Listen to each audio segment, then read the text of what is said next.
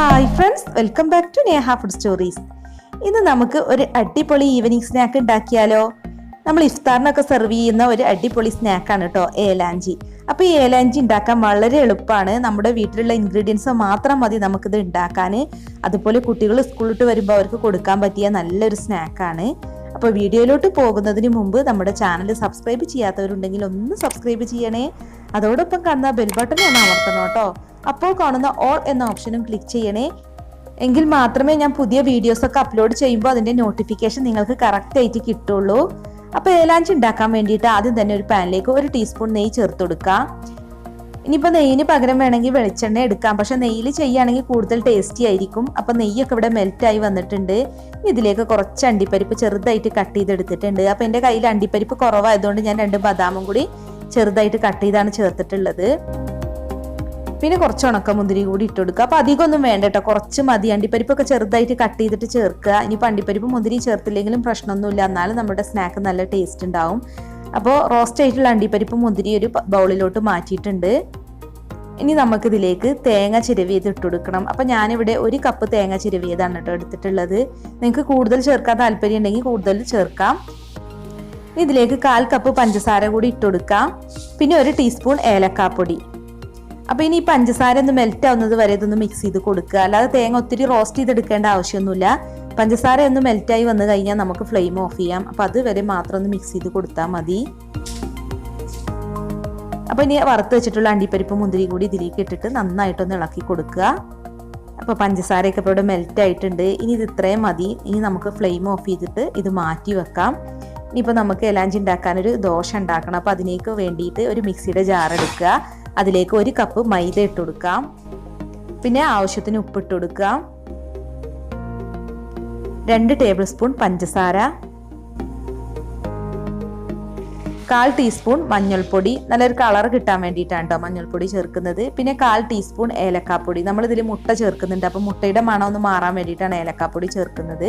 അപ്പോൾ ഒരു മുട്ട കൂടി ഇതിലേക്ക് പൊട്ടിച്ചിട്ട് ചേർക്കാം.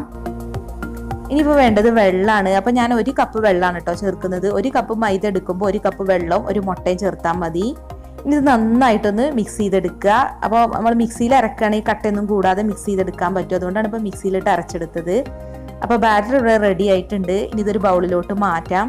അപ്പോൾ ഈ ഒരു കൺസിസ്റ്റൻസിയാണ് കേട്ടോ വേണ്ടത്. നല്ല തിക്കും അല്ല, നല്ല ലൂസും അല്ല. നമുക്ക് ദോശയൊക്കെ ചുട്ടെടുക്കാൻ പാകത്തിനുള്ളൊരു ബാറ്ററാണ് വേണ്ടത്. അപ്പോൾ നമുക്കിനി ഇതുകൊണ്ട് ദോശ ഉണ്ടാക്കിയെടുക്കണം. അപ്പോൾ ദോശ ഉണ്ടാക്കിയെടുക്കാനായിട്ട് പാൻ ചൂടാക്കിയിട്ടുണ്ട്. ഇനി ഇതിലേക്ക് അല്പം നെയ്യൊന്ന് തടവി കൊടുക്കാം.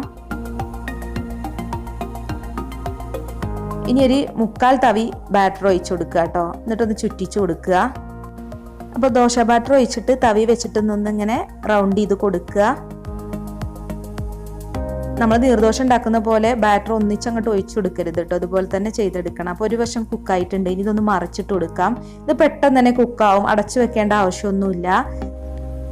ഒരു മീഡിയം ഫ്ലെയിമിലിട്ട് കുക്ക് ചെയ്താൽ മതി. ഒരു വശം കുക്കാവുമ്പോൾ ഒന്ന് മറിച്ചിട്ട് കൊടുക്കുക. അപ്പം തന്നെ എടുക്കണം കേട്ടോ, അധികം നേരം ഒന്നും വെക്കേണ്ട ആവശ്യമില്ല. നമ്മൾ പാനിൽ അധികം നേരം വെച്ചിരുന്ന് അതിൻ്റെ സോഫ്റ്റ്നെസ് നഷ്ടപ്പെടും, പിന്നെ ദോശ ഹാർഡായി മാറും. അപ്പോൾ ചൂടോട് കൂടി തന്നെ നമ്മളിതിൽ ഫില്ലിങ്സ് വെച്ച് റോൾ ചെയ്തെടുക്കണം. അപ്പോൾ ദോശയുടെ അരികുവശത്തിലേക്ക് കുറച്ച് ഫില്ലിങ്സ് ഇട്ട് കൊടുക്കുക. ഞാനിപ്പോൾ 3 ടേബിൾ സ്പൂൺ ഫില്ലിംഗ് ആണ് ഇട്ട് കൊടുക്കുന്നത്. എന്നിട്ടൊന്ന് റോൾ ചെയ്തെടുത്താൽ മതി കേട്ടോ. അപ്പോൾ എല്ലാ ദോശയും ചുട്ടെടുത്തതിന് ശേഷം റോൾ ചെയ്യാൻ നോക്കരുത്. ഓരോ ദോശയും ചുട്ടെടുക്കുക, എന്നിട്ട് അതിലേക്ക് ഫില്ലിങ്സ് വെച്ചിട്ട് നമ്മൾ റോൾ ചെയ്ത് കൊടുക്കണം കേട്ടോ. അങ്ങനെ ചെയ്യാണ് ഏറ്റവും നല്ലത്. അപ്പോൾ ചൂടോട് കൂടി തന്നെ റോൾ ചെയ്തെടുക്കുമ്പോൾ അത്രയും നല്ലതാണ്. അപ്പോൾ നന്നായിട്ടൊന്ന് റോൾ ചെയ്തെടുക്കുക. അപ്പോൾ ശരിക്കും പറഞ്ഞാൽ അതൊരു ഇഫ്താർ റെസിപ്പിയാണ് കേട്ടോ. പക്ഷെ നമുക്ക് ഇഫ്താറിന് മാത്രമല്ല, അല്ലാത്ത സമയത്ത് ഉണ്ടാക്കാൻ പറ്റിയ നല്ലൊരു ഈവനിങ് സ്നാക്ക് തന്നെയാണിത്. അപ്പോൾ ബാക്കിയുള്ളതും നമുക്ക് ഇതുപോലെ തന്നെ റോൾ ചെയ്തെടുക്കാം. അപ്പോൾ ഞാൻ എടുത്ത അളവിന് ഇപ്പോൾ ഇത്രയും ഏലാഞ്ചി ഉണ്ടാക്കിയെടുക്കാനായിട്ട് പറ്റിയിട്ടുണ്ട്. വളരെ ഈസി ആയിട്ട് ഉണ്ടാക്കാൻ പറ്റുന്നതാണ് കേട്ടോ. ഇത് നല്ല ടേസ്റ്റുമാണ്. അപ്പോൾ നമുക്കൊരു കത്തി ഉപയോഗിച്ചിട്ട് ഇതൊന്ന് കട്ട് ചെയ്ത് നോക്കാം. കട്ട് ചെയ്തിട്ട് വേണമെന്നുണ്ടെങ്കിൽ അങ്ങനെ സെർവ് ചെയ്യാം, അല്ലാന്നുണ്ടെങ്കിൽ ഇങ്ങനെ സെർവ് ചെയ്യാം കേട്ടോ. എന്താണെങ്കിലും നല്ല ടേസ്റ്റാണ്. കുട്ടികൾക്കൊക്കെ തീർച്ചയായിട്ടും ഇഷ്ടപ്പെടും, അതിലൊരു സംശയവും വേണ്ട. അപ്പോൾ നമുക്ക് ഇങ്ങനെ കട്ട് ചെയ്തിട്ട് വേണമെങ്കിലും കഴിക്കാം. അപ്പോൾ നമ്മൾ അതിൽ വെച്ചിട്ടുള്ള ഫില്ലിങ്സ് ഒക്കെ ശരിക്കും കാണാനും പറ്റും.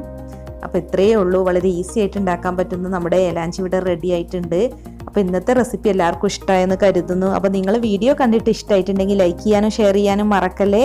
അപ്പോൾ നാളെ നല്ലൊരു വീഡിയോസുമായി നമുക്ക് വീണ്ടും കാണാം. താങ്ക്